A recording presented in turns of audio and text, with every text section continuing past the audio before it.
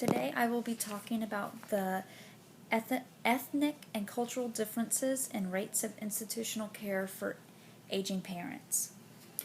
In Western countries, most people in late adulthood would prefer to live on their own rather than with their children. If the person can't live alone because of their health, they prefer to live with one of their children. In a European study of adults with children in 10 different countries, it was found that 30% of adults aged 60 and older lived with an adult child, and 50% lived within 25 kilometers of a child. The rates of institutional care in assisted living facilities and nursing homes are higher in the United States, in Canada, and in Northern Europe than in the rest of the world.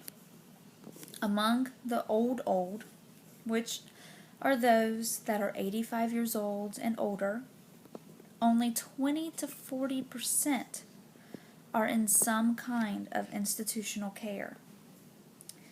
Within the United States, Canada, and Northern Europe, people from a minority background are less likely to live in a facility. They are more likely to live with family.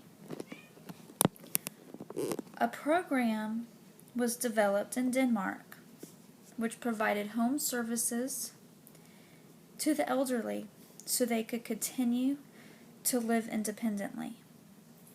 There was a 30% decline in nursing home placements in 15 years.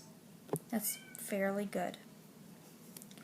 In Asian countries, there are very few assisted living facilities or nursing homes. This is because it is considered a violation of filial piety to have their parents cared for by strangers. In China, older adults either live with a child or they receive frequent assistance with daily living tasks. Adult children also offer monetary help, unlike Western countries. All in all, this tells me that there's vast differences between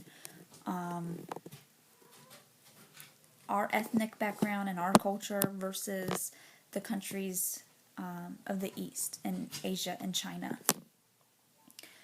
The countries of the East care, I'm not saying that they care more about their parents, but it's frowned upon for them to send them away to a home. They believe it's their obligation to care for their parents as their parents had cared for them when they were growing up. It's only fair to return the favor as they get older. In the United States and Canada and Northern Europe, older people like their independence and their freedom and don't want to be a burden to their children. My grandparents, for example, live in their own home. My aunt and my cousin both live with them to help with their care for the days. And my husband's grandmother lives with his aunt so that she can help care for her. And